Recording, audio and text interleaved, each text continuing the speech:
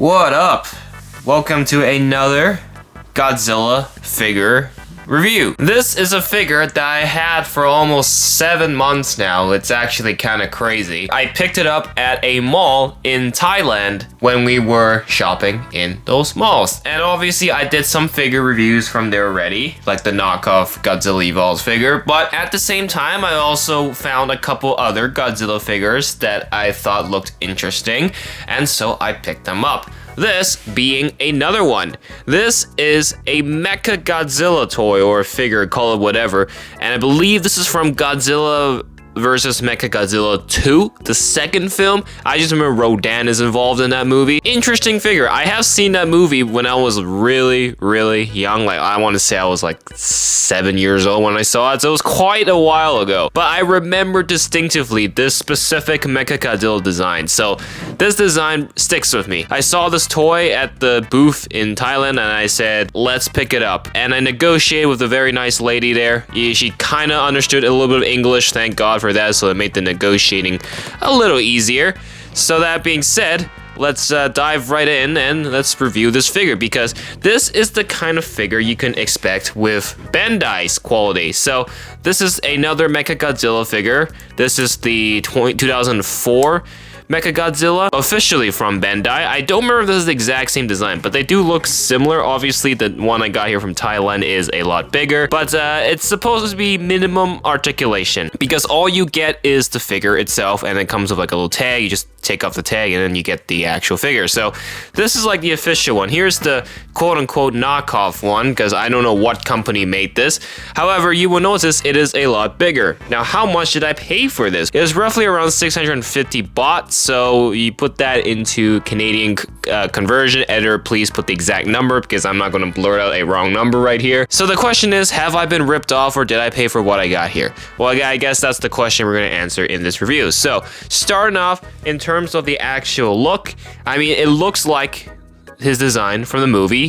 This Mechagodzilla specifically has an extra add-on where I believe the drop ship the human pilots controlled has these big laser cannon turrets, and they just slap that ship on Mecha G's back. Obviously, it's not that obvious on this figure. You don't really see this as the ship. It just looks like 2 additional cannons on his shoulders. I do like the look of the dorsal plates, like the metallic dorsal plates. There's a continuation going out throughout the figure, and it looks pretty clean. It has that silver color scheme, and they kept it very consistent. So honestly, I'm quite impressed with what they've done here. I'm quite happy with the products that I got out of the colors, because there's also the gunmetal gray from like the circuits and the joints, just contrasting the silver very nicely. I also like the red triangles near his knees here. It's interesting attention to detail, and you can see it kind of cheapens out here, because it doesn't really have that gloss, that shininess that, like, say the original figure, the official figure has. I think that's where it falls short a little bit, but I think in the end it's not like terrible. It's decent for what it is. Now, they don't really put a lot of details into the printings here on the arms. They kind of just rely on the molding for it to stand out. And I think it's okay. Obviously, it could be better, but it is what it is. This is a knockoff figure in the ultimately. The head design is pretty sick. Like, they actually got the design pretty spot on to the official one, as well as, you know, what he looks like in the movie. He's got yellow eyes, yellow teeth, and he's got the, I think the helmet, like, or the head mold is actually one of the cooler ones. Apart from the Monsterverse Mechagodzilla, like, this is a pretty cool head design. Not much details going on with the cannons themselves, but that's the nature of it. That's about it, though. Like, in terms of details, you really just gotta look at it to really see the full thing. It's nothing too crazy going on. The color scheme is very simplistic, but it keeps it straightforward.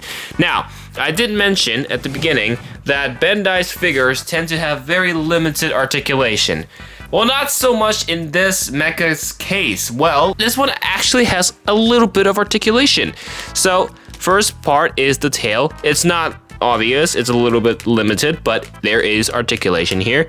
The tail twists like that, and then it also twists a little bit at the middle point here, but again, very little. Don't overdo it or it'll break. You got the knee articulation, but you can only twist just the knee. No feet. You can't even move the actual leg itself, just the knee, and you can only twist it left and right. That's about it.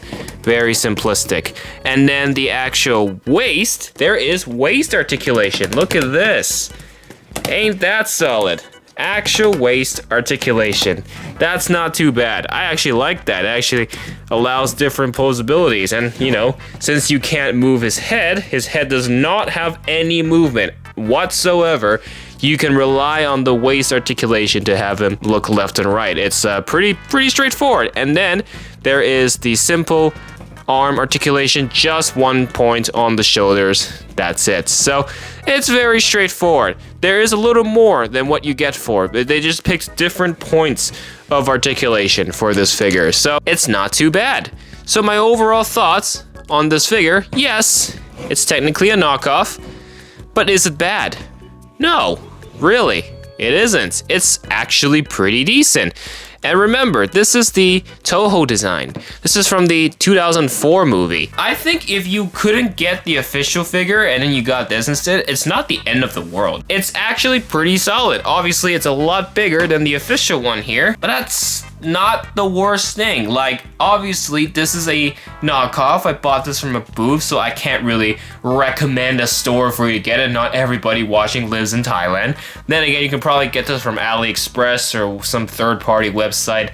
I'm not sure. If you really want this figure, like, honestly, I think it's okay, but I really don't think you should go out of your way to buy this figure. I just stumbled upon this. I literally just got it accidentally, if you want to put it like that. So out of 10, I think I'm gonna give this mecha maybe a 7. You know, sometimes knockoffs can be better. The stuff I've gotten from Thailand have been pretty solid so far. Honestly, I'm surprised I managed to bring this back from the country in the suitcase. I'm surprised this survived the suitcase without being damaged. I guess these knockoffs are super durable, so that's all I gotta say for this 2004 knockoff Mechagodzilla figure.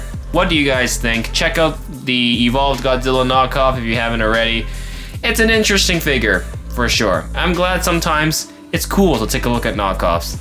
So thank you so much for watching. If you enjoyed, hit that like button, subscribe, do all the good stuff, and we'll see y'all in the next video. Peace!